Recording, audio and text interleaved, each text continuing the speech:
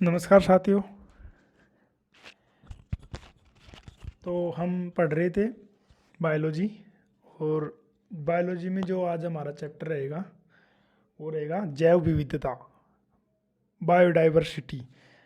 जो आज हम पढ़ने वाले साथियों वो पढ़ेंगे, क्या पढ़ेंगे? जैव विविधता, बोले तो बायोडाइवर्सिटी। तो देखो, आप अगर हमारे चैनल पे नए हो तो इस वीडियो को अपने दोस्तों के साथ शेयर करना, चैनल को सब्सक्राइब करना, कमेंट्स एंड लाइक ज़रूर करना। तो देखो, अब आज हम जानेंगे क्या जैव विविधता, ये विविधता क्या होती है, यानी कि बायोडाइवर्सिटी क्या होती है। तो जैसे ही बायोडाइवर्सिटी की हम बात करते हैं तो सबसे पहले हमें ये मालूम होना चाहिए। देखो, सबसे पहले हम देखते हैं जैव विविधता। क्या देखते हैं? जैव विविधता। जैव विविधता की बात करते हैं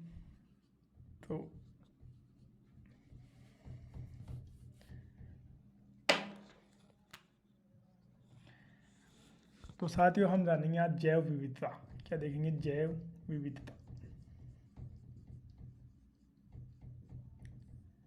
जैव विविधता का मतलब होता है इसमें बायो डाइवर्सिटी।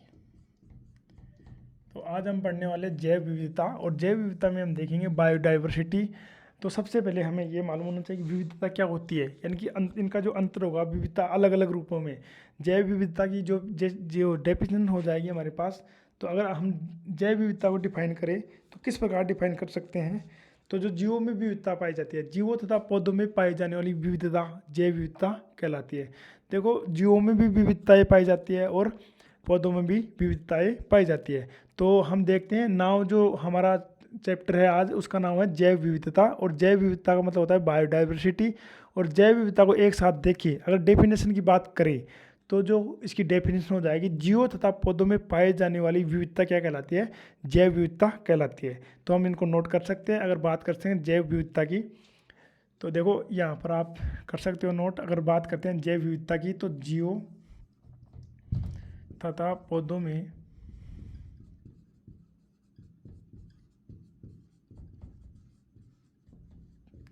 जीवों तथा पौधों में पाई जाने वाली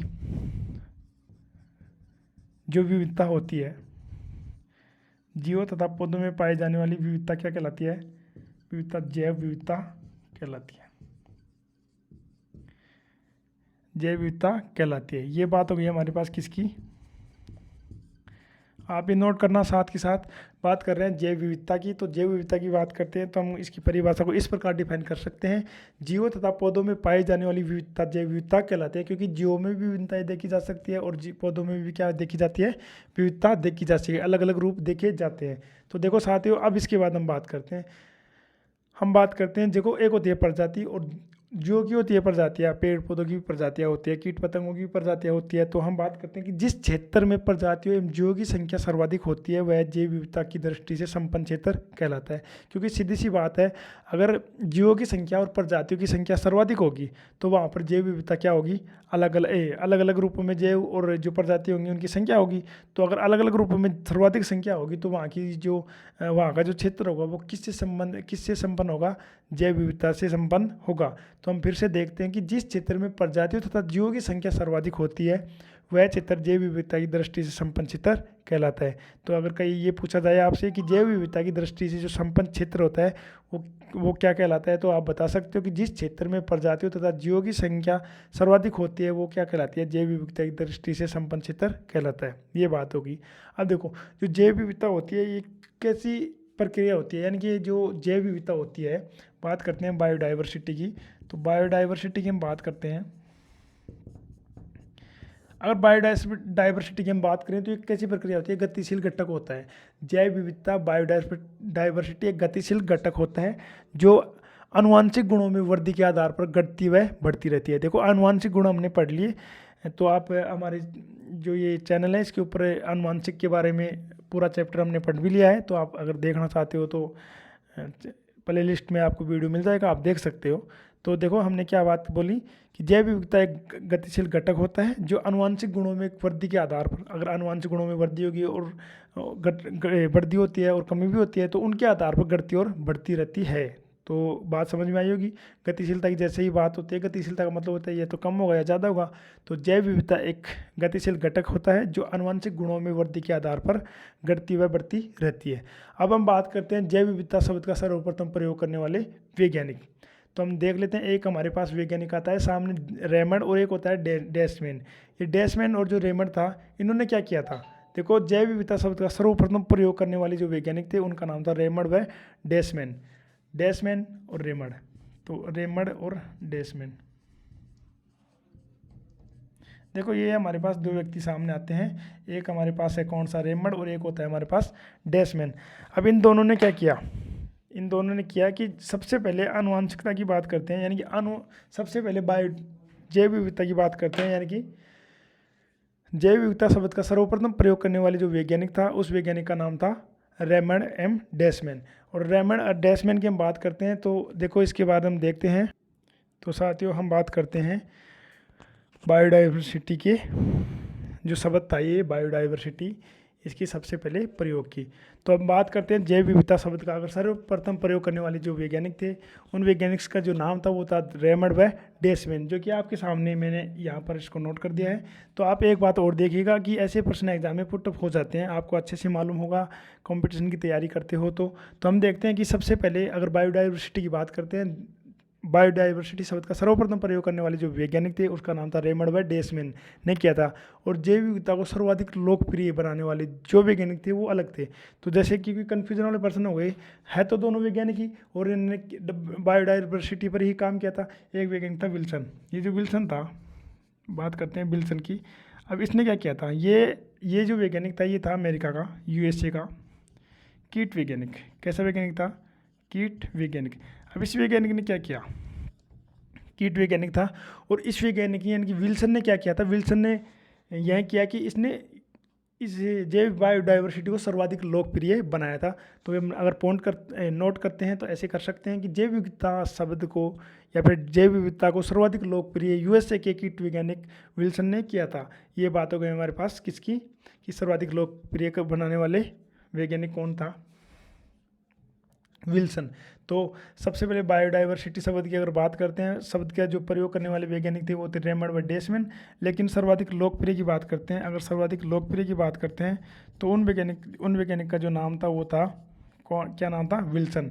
ठीक है, और ये जो विल्सन साहब थे ये क्या थे, ये USA के कीट वैज्ञानिक थे। ठीक है, ये बात आपको समझ में आ गई होगी। अब हम बात करते हैं कि जैव विविधता के प्रकार, टाइप्स ऑफ बायोडाइवर्सिटी। अगर टाइप्स ऑफ बायोडाइवर्सिटी की बात करते हैं तो हम कैसे कर सकते हैं, इनमें 3 प्रकार की बायोडाइवर्सिटी देखेंगे। जैसे एक हो गई है जेनेटिक यानी कि आनुवंशिकी, एक होगी प्रजातियाँ, और तीसरी होती है पारिस्थितिकी जैव विविधता।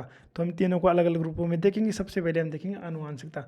तो हम इसको अगर आप नोट करते हो तो ऐसे करना कि जो हमारे पास इधर देखिए types of biodiversity. Types of biodiversity होती है, ये होती है कितनी, 3 प्रकार की। तो पहले होती है आनुवंशिकी बायोडाइवर्सिटी, और जो दूसरी होती है हमारे पास ये होती है प्रजातीय बायोडाइवर्सिटी, और जो तीसरी होती है हमारे पास ये होती है पारिस्थितिकी बायोडाइवर्सिटी। तो हम बात कर देंगे सबसे पहले किनकी, आनुवंशिकी बायोडाइवर्सिटी की। जैसे ही आनुवंशिकी की अगर बात करते हैं तो आनुवंशिकी हमने पहले भी पढ़ा है और आज फिर से इनको देखेंगे एक बार थोड़ा हल्के रूप में। तो सबसे पहले हम देखेंगे क्या, आनुवंशिकी बायोडाइवर्सिटी। समझ में आ रही है बात, हम देखेंगे आनुवंशिकी बायोडाइवर्सिटी। तो आनुवंशिकी बायोडाइवर्सिटी की जैसे ही नाम आता है तो आपके बारे में मेंटल दिमाग में नहीं आई, ये हो नहीं सकता। तो देखो आनुवंशिकी बायोडाइवर्सिटी होती है, सबसे पहले हम इसको देखते हैं आनुवंशिकी बायोडाइवर्सिटी। अगर आनुवंशिकी बायोडाइवर्सिटी की बात करते हैं तो जीवों में आनुवंशिक गुणों के आधार पर पाई जाने वाली जो विभिन्नताएं होती है क्या कहलाती है, जेनेटिक बायोडाइवर्सिटी कहलाती है। ठीक है, अब देखो, जीवों में जो आनुवंशिक विभिन्नताएं किस प्रकार पाई जाती है। विभिन्नताएं का मतलब ये होता है कोई बच्चा जन्म से अंधा होता है, कोई बच्चा लंगड़ा होता है जन्म से, कोई किसी के हाथ नहीं रहता, किसी के पैर नहीं रहता, कोई अच्छा होता है, कोई मतलब पूरे शरीर से क्या होता है संक्रमित होता है, और दूसरा कई एकदम स्वस्थ बच्चे होते हैं। तो इन ये जो पाई जाती हैं, ये पाई जाती है विभिन्नताएं। तो मैं बोल सकता हूँ कि जीवों में आनुवंशिक गुणों के आधार पर पाई जाने वाली विभिन्नताएं आनुवंशिक जैव विविधता कह सकते हैं, जेनेटिक बायोडाइवर्सिटी कहलाती है। ठीक है, और हम बात करते हैं जैसे। जैसे मतलब यानी कि जैसे का मतलब इसमें किसको शामिल कर सकते हैं। जैसे की बात करते हैं तो हम देखेंगे मानव को, क्या देखेंगे, और मानव को अगर देखेंगे तो इसमें होता है मंगोलिज्म, ऑस्ट्रेलिज्म। मंगोलिज्म का मतलब क्या होता है, जैसे मंगोलिया में पाए जाने वाले लोग।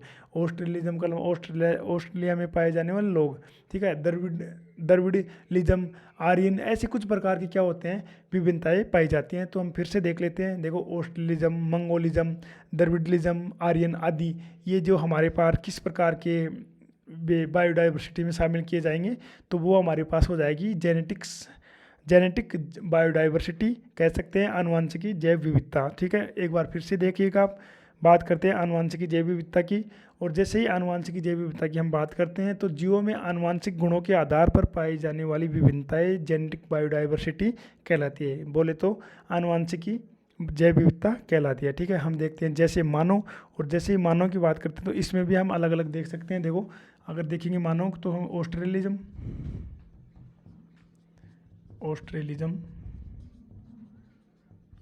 और मंगोलिज्म, द्रविडिज्म और आर्यन, ये कुछ टीसी यानी कि इत्यादि, ये कुछ क्या पाई जाती हैं विभिन्नताएं इनमें देखी जाती है। जैसे मानव में विभिन्नता की बात करते हैं तो ऑस्ट्रेलिज्म हो जाता है, मंगोलिज्म होता जाता है, और द्रविडिज्म हो जाता है, आर्यन हो जाता है। तो अब देखो, सर्वाधिक अगर आनुवंशिक विभिन्नताएं किन में पाई जाती है, ये प्रश्न एग्जाम में पूछा हुआ है कि जो सर्वाधिक आनुवंशिकी बायोडाइवर्सिटी किन में पाई जाती है। तो हम बता सकते हैं घास व तितलियों की बात करते हैं। तो देखो, हमारे पास क्या हो जाएगी, घास व तितलियाँ। ये हमारे पास घास हो गया और ये हो गया हमारे पास तितलियाँ। तो घास व जो तितलियाँ होती है, इनमें क्या होता है साथियों, इनमें जो आनुवंशिकी घास व तितलियों में आनुवंशिकी बायोडाइवर्सिटी सर्वाधिक होती है। तो फिर से गौर करिएगा, ये प्रश्न पूछा हुआ है कि घास व तितलियों में सर्वाधिक आनुवंशिक बायोडाइवर्सिटी पाई जाती है फिर होती है। ये बात हो गई यहाँ तक। तो सर्वाधिक क्या पाई जाती है, सर्वाधिक क्या पाई जाती है,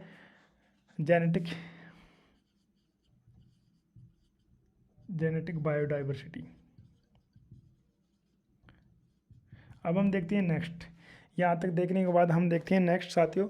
तो अब देखो, सबसे पहले हमने देख लिया क्या, आनुवंशिकी बायोडाइवर्सिटी। फिर इसके बाद हम देखते हैं प्रजातीय जैव विविधता। प्रजातीय जैव विविधता की बात करते हैं तो थोड़ा इसको रहने दीजिए वैसे ही।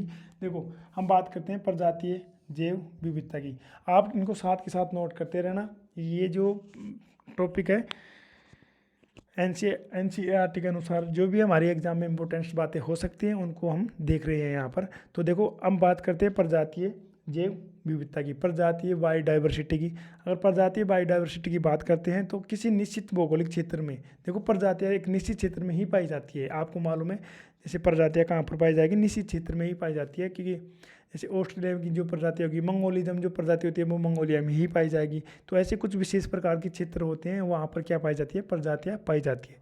तो हम बात करते हैं प्रजातीय बायोडाइवर्सिटी की। और अगर प्रजातीय बायोडाइवर्सिटी की डेफिनेशन की बात करते हैं तो हम इसको इस प्रकार डिफाइन कर देंगे, किसी की निश्चित भौगोलिक क्षेत्र में विभिन्न प्रजाति जैव विविधता कहलाती है। किसी निश्चित भौगोलिक क्षेत्र में विभिन्न प्रजाति क्या कहलाती है, विभिन्न प्रजातियाँ क्या कहलाती है, प्रजाति जैव विविधता कहलाती है। ये इसकी हो गई क्या डेफिनेशन। अब देखो, प्रजाति जैव विविधता अधिक होने पर इकोसिस्टम का स्थायित्व बढ़ जाता है।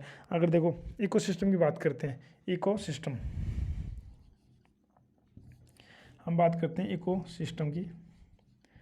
जैसे इकोसिस्टम की बात करते हैं साथियों तो हम देखेंगे क्या, इकोसिस्टम की बात करते हैं तो ये जो प्रजातीय बायोडाइवर्सिटी होती है, अगर प्रजातीय जैव विविधता अधिक होगी तो इकोसिस्टम का स्थायित्व होगा वो अपने आप बढ़ जाता है। क्योंकि जीवों में विभिन्नताएं देखने को मिलेगी, जीवों की संख्या अधिक होगी तो इकोसिस्टम का जो आकार होगा यानी कि शेर को खाने के लिए हिरन मिल जाएगी, हिरन को खाने के लिए घास मिल जाएगा, कुत्ते को खाने के लिए भेड़ बकरी ये मिल जाएंगी, और भेड़िए को खाने के लिए कुत्ता मिल जाएगा। तो इस प्रकार जो प्रजाति जैव विविधता अधिक होने पर इकोसिस्टम का जो आकार होता है वो कैसा हो जाता है साथियों, बढ़ जाता है, यानी कि इसका स्थायित्व बढ़ जाता है। ये बात होगी। हम बात करते हैं प्रजाति जैव विविधता। तो अगर इनकी कुल बात करते हैं, जैसे एक प्रजाति के कुल जीवों की संख्या की बात करते हैं और प्रजाति की कुल संख्या की बात करते हैं। अगर हमें ये पता करना हो कि प्रजातीय जैव विविधता किस प्रकार ज्ञात करते हैं, तो अगर बात करते हैं प्रजातीय जैव विविधता, तो यहाँ पर नोट कर सकते हैं प्रजातीय जैव विविधता। अगर प्रजातीय जैव विविधता की बात करते हैं तो हम इसको इस प्रकार देखेंगे। ऊपर तो आ जाएगा कि यानी सिंगल एक प्रजाति की संख्या, और नीचे क्या आता है हमेशा, अगर हमें एग्जाम देते थे टेस्ट में तो ऐसे देते थे ना कि 100 में से कितने नंबर आए, 10 नंबर आए, 10 में से कितने नंबर आए, 9 नंबर आए, ऐसे तो देते थे। तो इसका मतलब ये है कि टोटल जो भाग होता है वो नीचे पाया जाएगा, यानी कि प्रजाति की जो कुल संख्या होगी वो यहाँ पर आ जाएगी। तो यहाँ पर क्या आ जाएगी, प्रजाति की कुल संख्या, प्रजाति की ये यहाँ पर आ जाएगी कुल संख्या। और ऊपर क्या आ जाएगा, ऊपर जो हमारे पास, यानी कि हम ज्ञात क्या करना है, प्रजाति की एक प्रजाति के कुल जीवों की संख्या ज्ञात करनी है। तो एक प्रजाति के कुल जीवों की संख्या, ठीक है। तो इस प्रकार हम क्या ज्ञात कर सकते हैं साथियों, इस प्रकार हम ज्ञात कर सकते हैं प्रजातीय जैव विविधता। तो देखो एक प्रजाति के कुल जीवों की संख्या बटा प्रजाति की कुल संख्या, तो ये भी आपको एक थोड़ा सा दिमाग में सेट रखना है। फिर हम बात करते हैं पारिस्थितिकी जैव विविधता। इसमें क्या देखेंगे, इसमें सबसे पहले हमें ये मालूम होना चाहिए कि पारिस्थितिकी जैव विविधता होती क्या है, इसकी हमें डेफिनेशन मालूम होना चाहिए। तो देखो हम इसको किस प्रकार डिफाइन कर सकते हैं, जो हमारे पास पारिस्थितिकी होती है, ठीक है, एक बड़े भौगोलिक क्षेत्र में पाई जाने वाली विभिन्न समष्टियाँ पारिस्थितिकी जैव विविधता कहलाती है।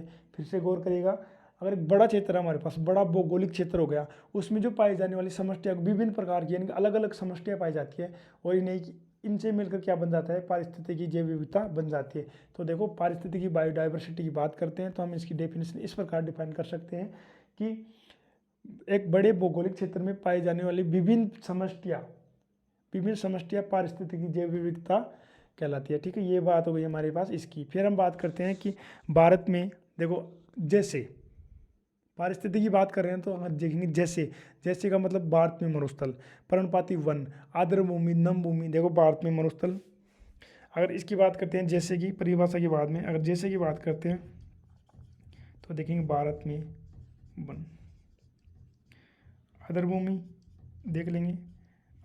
देख लेंगे, नमभूमि देख लेंगे, या आपसे देख लेंगे नमभूमि, ठीक है, नमभूमि।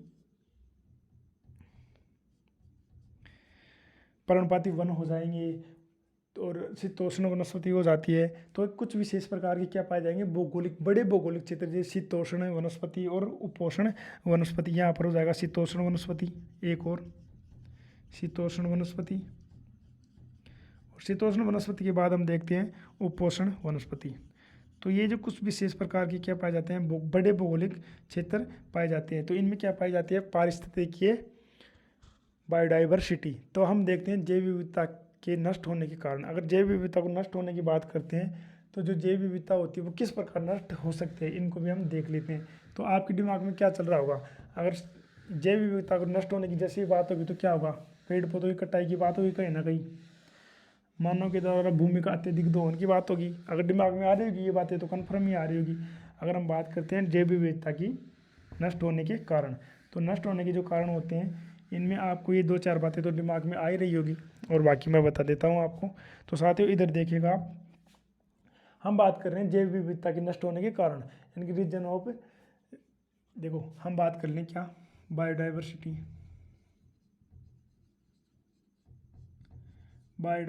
के नष्ट होने के कारण। तो बायोडाइवर्सिटी वो किस प्रकार नष्ट हो सकती है या फिर किस प्रकार नष्ट हो रही है। तो सबसे पहले हम बात करते हैं किसकी, प्राकृतिक आवासों का समापन, यानी कि जो प्रकृति में आवास मतलब क्या करते हैं लोग, प्राकृतिक आवासों का क्या कर देते हैं, समापन कर देते हैं, यानी कि पेड़ पौधों को काट के साइड में हटा देते हैं, ठीक है। तो हमारे पास जो पहला कारण हो जाएगा वो हो जाएगा प्राकृतिक आवासों का समापन। हम बात करते हैं सबसे पहले प्राकृतिक आवासों का समापन। तो बात करते हैं प्राकृतिक आवासों का समापन।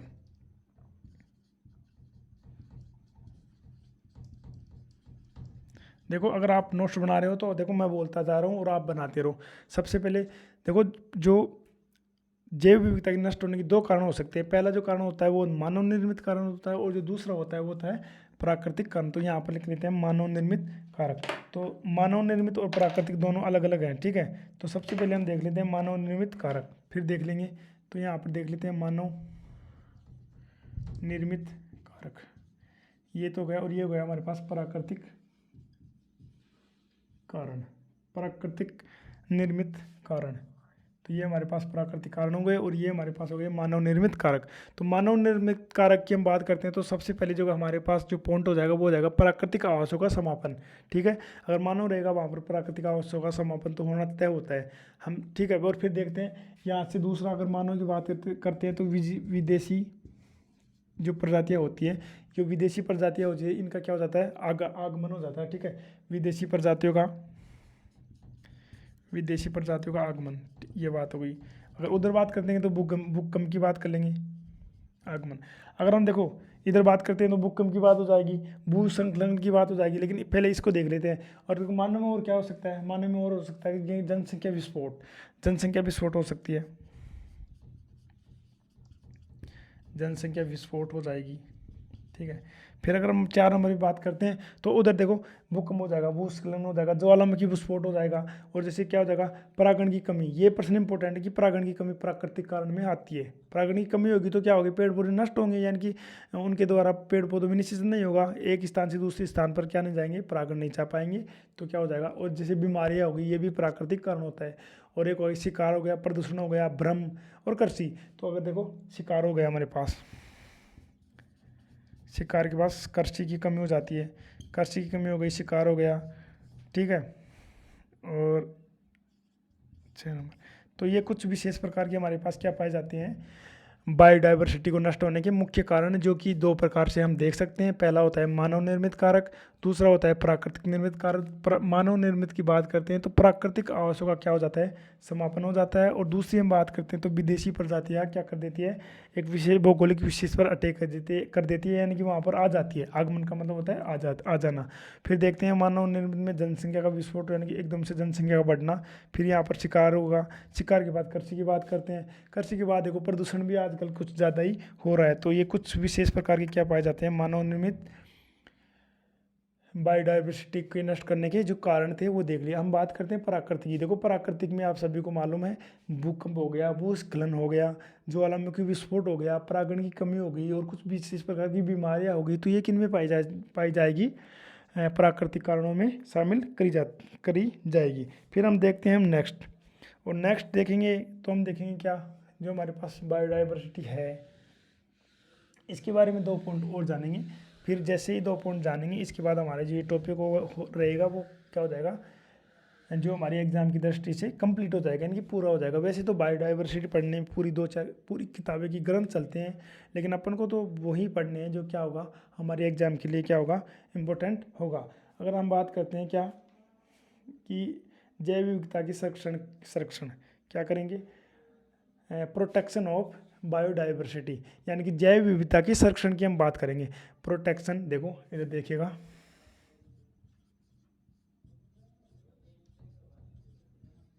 Protection of biodiversity. प्रोटेक्शन का मतलब संरक्षण की बात हो रही है, तो हम बात करते हैं क्या, जैव विविधता के संरक्षण। तो ये भी नोट कर लेते हैं, जैव विविधता के संरक्षण।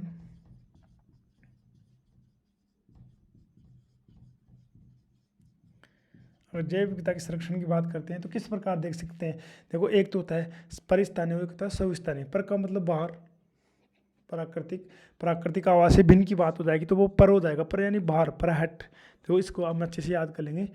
ये प्रश्न तो यहाँ से कन्फर्म ही पुटअप होता है। अगर बात करते हैं अगर किसी भी एग्जाम्स के अंदर ये टॉपिक अगर इंक्लूड किया जाता है तो यहाँ से प्रश्न आता है। इसमें उदाहरण की बात करेंगे, एक होता है परिस्थानीय, एक होता है सविस्थानीय, यानी कि एक्स सीटू और इन सीटू, ये जो होंगे ये क्या हो जाएंगे, सविस्थानीय और परिस्थानीय। तो हम इनको अलग अलग रूपों में देखेंगे। एक हो जाएगा हमारे पास सविस्थानीय, और एक ले लेंगे हम परिस्थानीय। दोनों को अलग अलग एक साथ ही देख लेंगे, परिस्थानीय और सविस्थानीय। तो अब देखिएगा, आप गौर करिएगा इधर, देखो इसमें क्या देख सकते हैं हम, यानी कि जो अगर सविस्थानी की बात करते हैं तो हम कैसे बता सकते हैं, देखो साथियों हम इस प्रकार इसको डिफाइन कर सकते हैं। इसमें संरक्षित क्षेत्र यानी कि प्राकृतिक हो गया या फिर पर्यावरण आवास के समान होता है। इनमें जो संरक्षण का कार्य किया जाता है, संरक्षण दिया जाता है, तो इसमें किस प्रकार का दिया जाएगा, सविस्थानी की मतलब खुद का ही होगा यानी कि प्राकृतिक होगा वो। तो इसमें कैसे बोल सकते हैं हम, सविस्थानी की बात करते हैं तो इसमें जो संरक्षित क्षेत्र होगा वो पर्यावरण या फिर प्राकृतिक आवास के समान ही होता है। मतलब सब का मतलब समान हो गया, ऐसे याद कर लो। तो अब सब का मतलब समान हो गया, लेकिन हमें उदाहरण के बारे में पता होना चाहिए। तो अगर उदाहरण की बात करते हैं तो हम देखेंगे अभ्यारण्य हो गया, राष्ट्रीय उद्यान हो गया, आरक्षित क्षेत्र हो गया और संरक्षित क्षेत्र हो गया। तो आप इनको देखो सविस्थानी में उदाहरण को जरूर याद रखना, ये उदाहरण एग्जाम में पूछे जाते हैं। सब का मतलब खुद के आवास में, सब यानी खुद के आवास में क्या कर लेना, संरक्षित कर लेना किसी भी जीव जंतु को। ठीक है, तो हम देख लेंगे अभ्यारण्य, अभ्यारण्य हो गया और पर्यावरण हो गया। यहाँ पर पर्यावरण के अंदर तो सब कुछ शामिल हो जाएगा, तो हम इसको पर्यावरण नाली के राष्ट्रीय उद्यान बोल सकते हैं। तो हम क्या देखेंगे, राष्ट्रीय उद्यान हो गया, राष्ट्रीय उद्यान हो गया, ठीक है। और आरक्षित क्षेत्र हो गया, यहाँ पर आरक्षित क्षेत्र हो गया। और हम देख लेंगे क्या, संरक्षित क्षेत्र, ये कुछ विशेष प्रकार के क्या पाए जाते हैं, क्षेत्र पाए जाते हैं जिनमें क्या किया जाता है, जीवों को उनके ही आवास में यानी कि उनके आवास से बाहर नहीं निकाला जाता, उनके ही आवास में क्या किया जाता है, उनको संरक्षण दिया जाता है। तो इन्हें बोला जाएगा सविस्थानी यानी कि इन सिटू। देखो इन सिटू याद करना, इन सिटू, इसको बोलते थे एक्स सिटू। आ रही है कुछ बात समझ में। फिर हम बात करते हैं परिस्थानी की। परिस्थानी का मतलब, पर का मतलब पर है, दूर निकालना, यानी कि कहीं भी किसी भी जीव जंतु यानी किसी भी जंतु का क्या करना, जीव का क्या करना, मतलब उसके जो खुद का स्वयं का वातावरण होता है, खुद का जो जंगल होता है उसके, उससे मतलब वहाँ से हटाकर दूसरी जगह उनको क्या देना, संरक्षण देना, ये क्या कहलाता है, परिस्थानी। तो अगर बात करते हैं डेफिनेशन की तो कुछ इस प्रकार हम डिफाइन कर सकते हैं। इसमें संरक्षित क्षेत्र प्राकृतिक आवास से भिन्न होता है, यानी कि प्राकृतिक आवास से भिन्न अपने आप ही हो जाएगा, क्योंकि यहाँ एक स्थान से दूसरी स्थान में ले जाया जाता है जीव जंतुओं को, तो इसे कृत्रिम संरक्षण कहा जाता है। परिस्थानी को क्या बोला जाएगा, कृत्रिम संरक्षण भी बोला जाता है। और देखो एक हो गया हमारे पास क्या, चिड़ियाघर, वानस्पतिक उद्यान और जर्म प्लाज्म जीन बैंक। तो जीन बैंक की बात करते हैं, देखो चिड़ियाघर हो गया, चिड़ियाघर। फिर हम बात करते हैं जर्म प्लाज की, फिर हम बात करते हैं जीन बैंक की। जीन बैंक में जीन को सुरक्षित किया जाता है। तो हमारे और एक हो गया हमारे पास क्या, वानस्पतिक उद्यान। तो गौर करिएगा आप, देखो यहाँ पर ये क्या है, राष्ट्रीय उद्यान, और ये क्या है, वानस्पतिक उद्यान। तो अगर बात करते हैं वानस्पतिक उद्यान की, वानस्पतिक उद्यान बनाए जाते हैं, लेकिन राष्ट्रीय उद्यान जहाँ पर होते हैं उनको वहीं क्या कर दिया जाता है, नोमेट कर दिया जाता है, यानी कि उनका नामकरण कर दिया जाता है कि आज की क्या क्या रहेगा, राष्ट्रीय उद्यान रह जाएगा, राष्ट्रीय उद्यान कहलाएगा। लेकिन जो वानस्पतिक उद्यान होते हैं उनको क्या कहते हैं, हम तैयार करते हैं। तो उदाहरण में अगर देख लेते हैं, इन दोनों में कन्फ्यूज होने की जरूरत है नहीं, राष्ट्रीय उद्यान जैसे ही आता है तो सविस्थानी का उदाहरण हो जाएगा। अगर बात करते हैं वानस्पतिक उद्यान की तो वो परिस्थानी का क्या हो जाएगा, उदाहरण हो जाएगा। तो आज का हमारे एक छोटा सा टॉपिक था बायोडाइवर्सिटी। तो साथियों देखो वीडियो को शेयर करते रहना और भाई का थोड़ा सपोर्ट भी करते रहना। वीडियो पसंद आए तो दोस्तों के साथ ज़रूर शेयर करना, और अगर आपको आगे कौन सा टॉपिक चाहिए तो आप हमें बता सकते हो। हम बहुत ही बेहतरीन रूप से आपके सामने टॉपिक को प्रस्तुत करने की कोशिश करेंगे। धन्यवाद।